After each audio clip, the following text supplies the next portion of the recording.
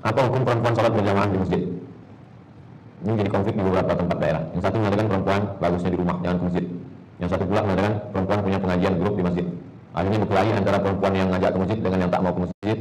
Padahal semua sama-sama hijrah, kelahi gara-gara ini. Maka saya jelaskan. Sholatul mar'ati fi baitiha afdal. Salat perempuan dalam rumah lebih afdal. Min salatiha fi hujratiha. Lebih afdal lagi fi makna'iha afdal min salatiha fi baitiha. Lebih afdal lagi di dalam tempat yang kecil. Lebih afdal lagi di paling tempat yang tersembunyi. Perempuan itu lebih afdal paling kecil, paling tersembunyi lebih afdal.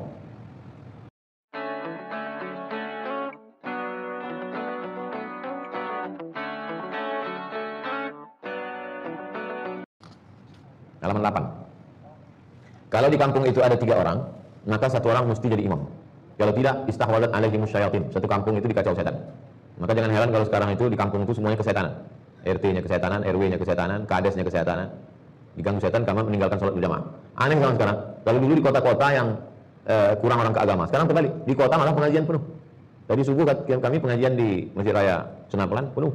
Malah di kampung-kampung sholat subuh kosong masjid surau. Jadi terjadi dulu di kampung orang taat beragama, sekarang di kota malah full pengajian. Masjid Ar-Rahman itu pengajian sampai 6. Subuh, duha, zuhur, asar, maghrib, isya. Kalau Ramadan 7, tambah kajian i'tikaf malam. Malah di kampung-kampung tak ada pengajian. Nah, ini udah mau kiamat dunia. Selanjutnya halaman 8, mendapatkan cinta Allah Subhanahu wa taala. Wa maka surah fa huwa ahabbu ilallah. Makin ramai jamaah itu, makin dicintai Allah. Makin penuh masjid itu, makin dicintai Allah. 9, jauhkan dari azab dan dijauhkan dari sifat munafik. Itu makanya berlomba-lomba orang ketika umrah mau salat arba'in 40 kali takbiratul ihram tak tinggal, diselamatkan Allah dari sifat munafik. 9, di halaman 9, dilindungi Allah SWT sepanjang hari. Jadi kalau mau dilindungi Allah dari pagi sampai petang sampai malam, salat subuh berjamaah. Man shalat subha fi jama'atin fa huwa fi zimmatillah. Siapa yang salat subuh berjamaah, dia dalam tanggungan Allah, dilindungi Allah. Mendapat pahala macam haji dan umrah. Nah, itu kami lakukan dari Masjid Raya Pasar Bawah, Masjid Raya Senapelan. Salat subuh berjamaah, duduk berzikir mengingat Allah sampai terbit matahari, salat sunat isyraq 2 rakaat. Mendapatkan pahala qiyamul lail. Siapa yang sholat isya berjamaah, maka dia dapat tahajud setengah malam. Siapa yang sholat subuh berjamaah, dapat tahajud sepanjang malam. Halaman 11, orang sholat berjamaah itu berkumpul sama malaikat. Ghairil maghdubi alaihim waladdallin. Waktu itu semua malaikat yang hadir ikut di situ mengucapkan amin. Serentak amin dia dengan jamaah. Serentak amin dia dengan malaikat. 11, dikagumi Allah, dibanggakan Allah Ta'ala kepada para malaikat. Halaman 12, didoakan malaikat. Orang yang berada di masjid sholat berjamaah dalam keadaan berwudu, malaikat mendoakan dia, Allahumma firlahu, Allahumma arhamhu, Allahumma firlahu, Allahumma arhamhu, Allahumma firlahu, Allahumma arhamhu. Selama 2, selama wudunya belum batal dan selama dia tidak keluar masjid. Keluar dari masjid, berhenti doa malaikat. Batal wudunya, berhenti doa malaikat. Mendapatkan keutamaan sholat yang pertama. Halaman 13, mendapatkan ampunan Allah Subhanahu wa taala. Ghufira lahu ma taqaddama min dzambihi wa ghairil maghdubi alaihim waladdallin. Maka jamaah mulu amin. Siapa yang tepat aminnya dengan amin malaikat, ghufira lahu ma taqaddama min dzambi. Diampunkan dosa-dosanya. Mendapatkan keutamaan-keutamaan. Seandainya mereka tahu keutamaan sholat isya berjamaah, sholat subuh berjamaah, la atawan, mereka akan datang walaupun merangkak mereka akan datang. Halaman 14, nomor 7. Apa hukum perempuan sholat berjamaah di masjid? Ini jadi konflik di beberapa tempat daerah. Yang satu mengatakan perempuan bagusnya di rumah, jangan ke masjid. Yang satu pula mengatakan perempuan punya pengajian grup di masjid. Akhirnya berkelahi antara perempuan yang ngajak ke masjid dengan yang tak mau ke masjid.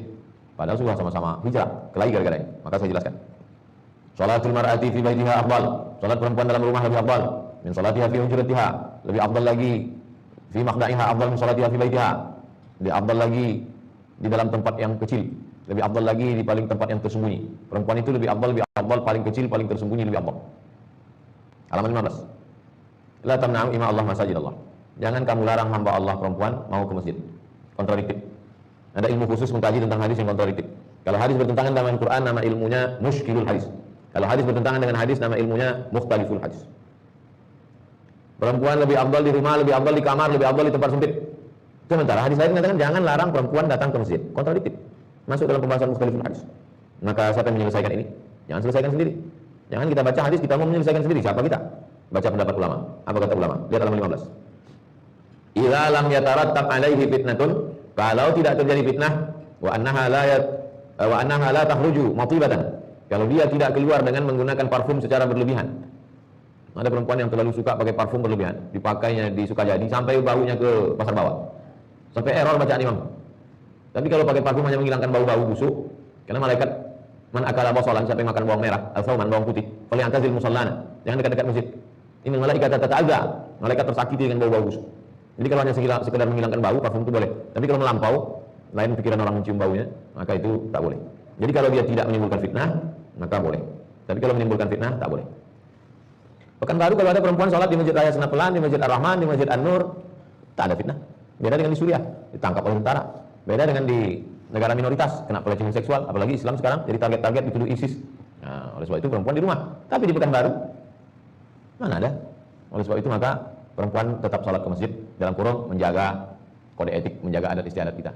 Karena di beberapa datang banyak perempuan tidak berzikir, tak baca Quran, tak dengar pengajian, arisan cikikikan, jual salah lauk pula di masjid. Terdapat Sahih Suparlawi halaman 16. Kehidupan modern telah membuka banyak pintu bagi perempuan. Mereka bisa keluar rumah, ke sekolah, ke kampus, ke pasar. Kenapa ke mall boleh? Kenapa ke masjid tak boleh?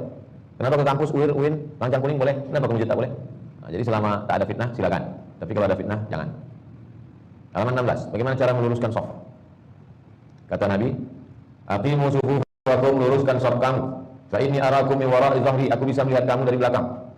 Wa kana ahaduna yulziqu manqibahu bi manqibi sahibi. Salah seorang dari kami, hanya ngomongin sahabat. Nabi hanya mengatakan luruskan shaf. Salah seorang dari kami melekatkan, menempelkan bahunya wa qadamahu bi qadamihi, kakinya. Ini dalil bagi sahabat-sahabat kita yang menempelkan bahu dan kaki. Ini pernah menjadi masalah panjang di Pekanbaru dan di beberapa daerah. Karena yang satu ini ketika ditempel kakinya risih dia. Akhirnya dia nanya Ustaz, saya risih kaki saya ditempel. Saya pun susah menjawab. Alhamdulillah 6 bulan ini tak ada lagi pertanyaan. Covid, apa yang ditempel? Berjarak semua. Jadi Covid banyak juga menyelesaikan masalah-masalah. Dua dulu yang orang sindir menyindir. Pertama masalah kaki, kedua masalah salaman. Gitu terus ditanya. Alhamdulillah 6 bulan ini masalah kaki tak ada, masalah salaman pun tak ada. Kaki tak bisa, salaman tak bisa.